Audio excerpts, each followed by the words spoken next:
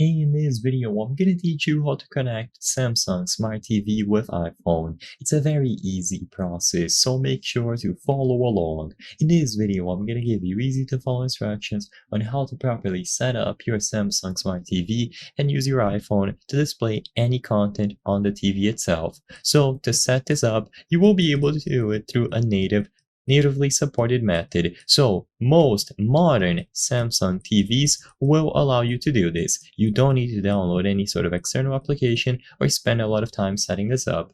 All that you have to do is open any sort of media on your iPhone. So this can be a picture, so a photo or a video, and choose the option to share. So usually the icon that you are looking for is this square with the arrow in the middle.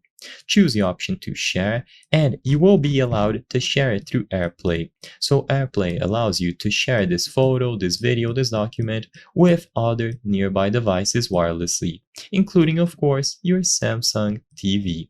So choose the option to AirPlay, and as long as you are in close proximity of your TV, you will find it here.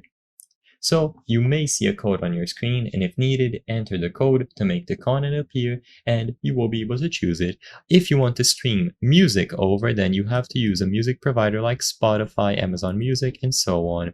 But as long as you choose the option to share any content and then you select the option to share with AirPlay, you will be able to find the Samsung TV that you have on the list.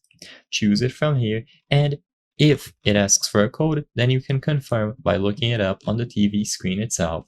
After this is done, the content will be shared and the image or the video, the song, will be mirrored accordingly. You will have media control buttons on your iPhone's screen, and you can control it at any time.